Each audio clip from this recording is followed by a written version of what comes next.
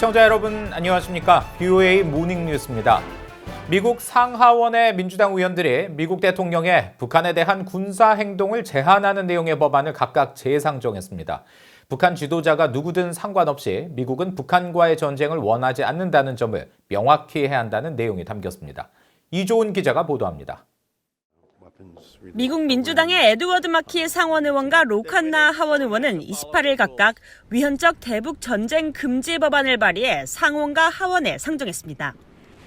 북한의 공격이 실제 가해진 상황이 아니라면 행정부가 의회 승인 없이 대북 군사 행동을 위한 예산을 사용하지 못하도록 하는 내용입니다. 이 법안은 미국과 북한의 긴장이 고조됐던 지난 2017년 말 처음 상하원에 발의됐었지만 소감 상임위원회를 통과하지 못해 자동 폐기됐다가 2년여 만에 다시 상정됐습니다. 법안을 발의한 의원들은 최근 북한 김정은 국무위원장의 건강 이상설이 이어지는 불확실한 시기에 법안을 상정한 데 의미가 있다고 강조했습니다.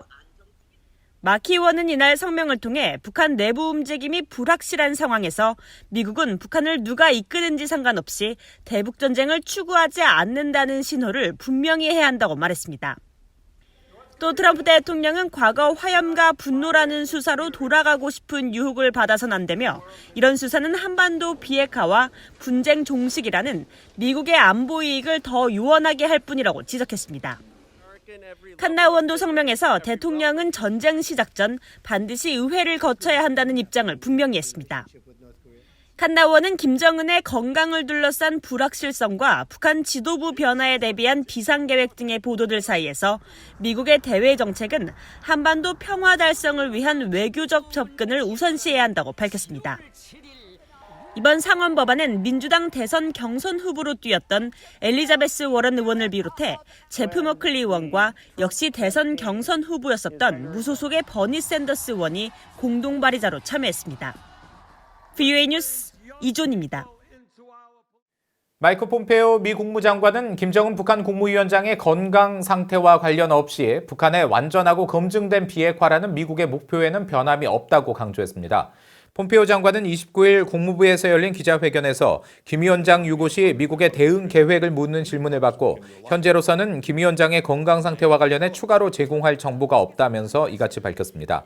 폼페오 장관은 특히 과거 김여정 북한 노동당 제1부부장 등 여러 북한 지도급 인사들과 만날 기회가 있었다면서 북한 내부에서 어떤 상황이 일어나고 지도부에 어떤 영향을 주든지 트럼프 대통령과 김 위원장의 싱가포르 약속 이행 목표는 변하지 않는다면서 외교적 해법을 다시 강조했습니다.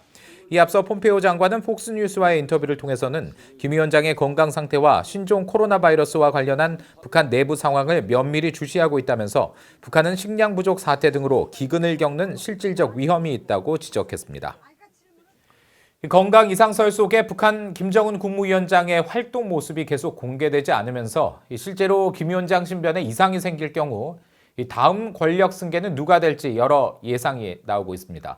여동생인 김여정 노동당 제1부부장과 함께 삼촌인 김평일 전 체코 대사가 거론되는데 가능성은 있지만 한계가 크다고 전문가들은 분석했습니다. 서울에서 한상민 기자가 보도합니다.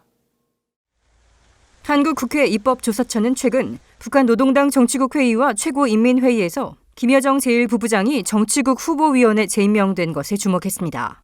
김 씨 일가의 이른바 백두혈통 통치 기반을 강화하려는 것이라며 김 여정에게 공식 후계자 지위가 부여될 수 있다고 전망했습니다. 김 제1부부장이 올해 초부터 직접 한국과 미국을 향한 담화 발표 등 당 중앙 역할을 하고 있다면서 최근 김 위원장의 건강 이상설 속에 김 여정 제1부부장이 주목받고 있다고 전했습니다. 반면에 김정일 위원장의 삼촌인 김평일 전 체코 대사도 거론됩니다. 지난 한국 총선에서 국회의원으로 당선된 태영호 전 영국 주재 북한 공사는 최근 한국 언론을 통해 북한 체제를 지탱해온 60, 70대 세력들에게 김 여정은 완전히 애송이라며 김평일 전 주체코 북한 대사를 주목할 필요가 있다고 말했습니다. 김평일 전 대사는 김정일 전 국방위원장의 이복 동생으로 오랫동안 해외에 체류하다 지난해 말 평양으로 복귀했습니다. 전문가들은 김 여정과 김평일 모두 권력 승계 가능성은 있지만 한계가 명확하다고 평가했습니다. 먼저 김 여정의 경우 김 위원장의 최측근으로 지지를 받을 수 있겠지만 유교 성향이 강한 북한 사회가 나이 어린 여성 지도자를 받아들일 수 있을지 의문이란 지적입니다. 북한이 유일 수령 영도 체제를 유지를 하고는 있지만 여전히 유교적인 색채가 매우 강합니다. 그렇기 때문에 여성 지도자를 받아들일 만한 준비가 됐을까 하는 것이 하나의 제한점이 될 수 있고요. 더불어서 아직은 경력과 연륜이 부족하다. 그런 면에서도 좀 한계가 있다라고 보입니다. 반면 김평일은 경륜이 있겠지만 권력에 밀려 오랜 기간 해외에 체류한 만큼 내부 지지층이 약하다고 박 교수는 평가했습니다. 쿠데타 등 급변 사태가 벌어지지 않는 한 김평일이 북한 내 권력을 잡긴 어려울 것이란 분석도 나왔습니다. 혹시라도 반 김정은 쿠데타가 났다든지 어떤 민중 봉기가 났다든지 안 그러면 중국이 의도적으로 김정은 정권을 무너뜨린다든지 이럴 때 그러니까 자기적으로 김정은 정권을 축출할 때 이럴 때 대한 세력은 될 수 있겠죠. 대한 인물이 될 수 있겠죠. 그런데 어떤 이런 김정은 유고 사태라든지 뭐 이런 신변 이상이 있을 때 그 백두 혈통의 일원이기 때문에 후계자가 되고 어떤 권력을 잡는다 저는 아니라고 봅니다. 곽 전 분석관은 북한의 수령론과 2013년 개정된 유일 영도 체계에 따르면 세습은 백두 혈통의 세대 교체를 통해서만 가능하기 때문에 김여정 역시 1인자가 아니라 킹메이커로서 상당한 권력을 준 2인자 역할에 머물고 유사시 승계를 결정해야 한다면 김 위원장의 자녀들이 어린 만큼 당 조직 지도부가 큰 역할을 할 것으로 봤습니다.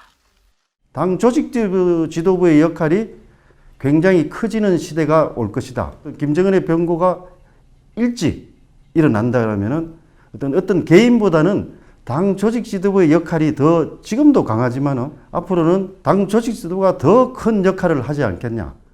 이런 가운데 한국 정부는 김정은 위원장의 신변 이상설과 관련해 북한 내 특이 동향이 없다는 입장을 국회에서 거듭 밝혔습니다. 한편 한국 정부는 29일 열린 국회 국방위원회에서 김정은 위원장이 정상적으로 국정 운영을 하고 있다는 평가를 내린 것으로 전해졌습니다. 서울에서 VOA 뉴스 한상미입니다. 유럽연합 EU가 최근 불거진 북한 김정은 위원장의 건강 이상설과 관련해 대북 관계에서 유럽연합의 목표에는 변함이 없다고 밝혔습니다. 비르지니 바투 헬릭손 EU 외교안보 담당 대변인은 28일 김정은 건강 이상설에 대한 VOA의 논평 요청에 대해 일각의 추측들에 대해 알고 있지만 추측에 대해 언급하지 않을 것이라면서 이같이 밝혔습니다. 바투 헬릭손 대변인은 그러면서 EU의 대북 목표는 북한 지도부가 현재의 진로를 바꿔 무기 프로그램의 불법적인 추구보다 주민들의 안위를 우선순위에 두고 유엔 안보리의 모든 결의들을 완전히 준수하도록 설득하는 것이라고 설명했습니다.